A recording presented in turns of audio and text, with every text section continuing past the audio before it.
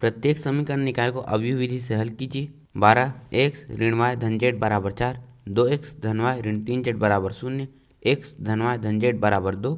तो हमें इसमें इसे अवयव विधि से हल करना है और हमें इसमें x, y और z का मान ज्ञात करना है।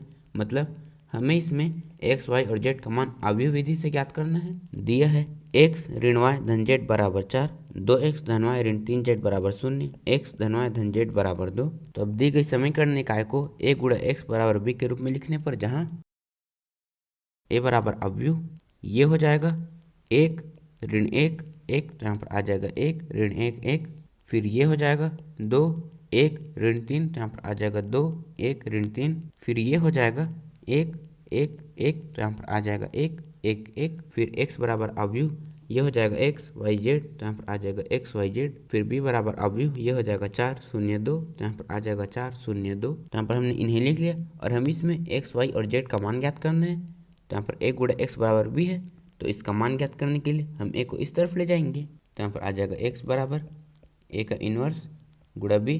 तो x का मान ज्ञात करने के लिए हमें a का इन्वर्स और b की आवश्यकता है।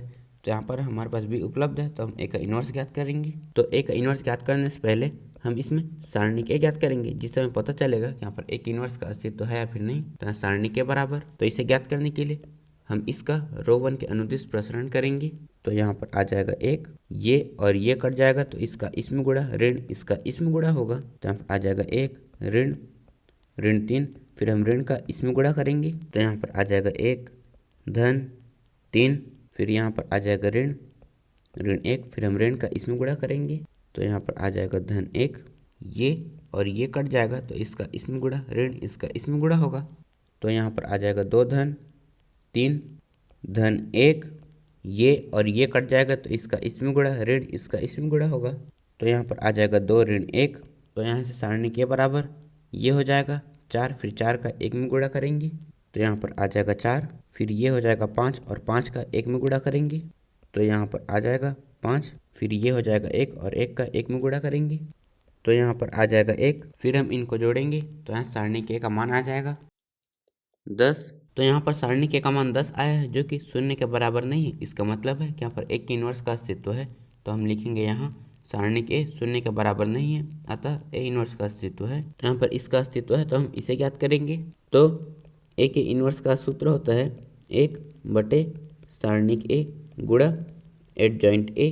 तो यहाँ पर हमने इसे ज्ञात कर लिया, तो हम इसे ज्ञात करेंगे। तो एडजॉइंट ए ज्ञात करने के लिए हम अवयव ए में उपस्थित प्रत्येक अवयव का सहखंड ज्ञात करेंगे, मतलब हम इनका मान ज्ञात करेंगे। तो यहाँ पर ये हो जाएगा 4 ऋण 5 1, फिर ये हो जाएगा 2 0 ऋण 2, फिर ये हो जाएगा 2 5 3। तो यहाँ पर हमने अवयव ए में उपस्थित प्रत्येक अवयव का सहखंड ज्ञात कर लिया।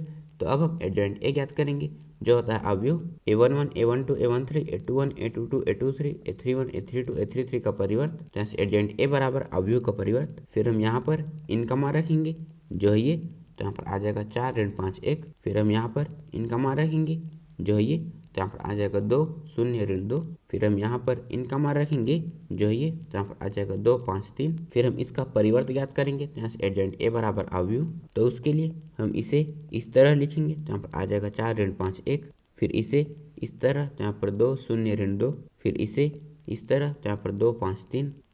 तो यहाँ पर हमने सारणिक ए भी ज्ञात कर लिया और एडजॉइंट ए भी ज्ञात कर लिया। तो हम ए का इन्वर्स ज्ञात करेंगे, जिसका सूत्र होता है 1 बटे सारणिक ए गुणा एडजॉइंट ए। जैसे ए का इन्वर्स बराबर हम यहाँ पर इसका मान रखेंगे, जो है ये। तो यहाँ पर आ जाएगा 1 बटे 10, फिर हम यहाँ पर इनका मान रखेंगे, जो है ये। तो यहाँ पर आ जाएगा अवयव 4 2 2 ऋण 5 0 5 1 ऋण 2 3।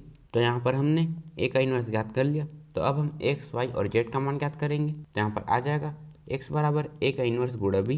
तो हम यहाँ पर इनका मान रखेंगे, तो यहाँ पर आ जाएगा अवयव एक्स वाई जेड, फिर इनका मान रखेंगे, तो यहाँ बराबर में आ जाएगा 1 बटे 10 गुणा अवयव 4 2 2 ऋण 5 0 5 1 ऋण 2 3, फिर इनका मान रखेंगे, तो यहाँ पर आ जाएगा अवयव 4 0 2, फिर यहाँ से अवयव एक्स वाई जेड बराबर 1 बटे 10। हम इन दोनों का गुणा करेंगे, तो यहाँ पर ये 3/3 का है और ये 3/1 का है। तो जब हम इन दोनों का गुणा करेंगे तो प्राप्त अवयव 3/1 का होगा। तो पहले हम इसका इसमें गुणा करेंगे, तो यहाँ पर आ जाएगा 16 धन 0 धन 4, फिर हम इन्हें जोड़ेंगे, तो यहाँ पर आ जाएगा 20, फिर इसका इसमें गुणा करेंगे, तो यहाँ पर आ जाएगा ऋण 10, फिर इसका इसमें गुणा करेंगे तो यहाँ पर आ जाएगा 10। फिर यहाँ पर हम इसका इसमें गुणा करेंगे तो यहाँ पर आ जाएगा अवयव एक्स वाई जेड बराबर अवयव। तो पहले इसका इसमें गुणा होगा तो यहाँ पर आ जाएगा 20/10। फिर यहाँ पर 10 एकम 10, 10 दूनी 20, तो यहाँ पर इसका मान आया है 2, तो यहाँ पर हम लिखेंगे 2। फिर हम इसका इसमें गुणा करेंगे तो यहाँ पर आ जाएगा ऋण 10/10। फिर यहाँ पर 10 से कम 10, तो यहाँ पर इसका मान आ जाएगा ऋण 1, तो यहाँ पर इसका मान आया है ऋण 1। इसी तरह से हम इसका इसमें गुणा करेंगे तो यहाँ पर आ जाएगा 10/10। फिर इससे ये कट जाएगा तो यहाँ पर हमारा उत्तर आ जाएगा 1, तो यहाँ पर इसका मान आया है 1। तो यहाँ पर ये दोनों अवयव बराबर हैं तो तुलना करने पर x इसके बराबर होगा, y इसके और z इसके बराबर होगा। तो इसका मतलब है कि यहाँ पर x का मान है 2, y का मान है ऋण 1 और z का मान है 1। तो हम लिखेंगे तुलना करने पर x बराबर 2, y बराबर ऋण 1 और z बराबर 1। तो यहाँ पर हमने x, y और z का मान ज्ञात कर लिया। तो यहाँ पर x का मान आया है 2, y का मान आया है ऋण 1 और z का मान आया है 1।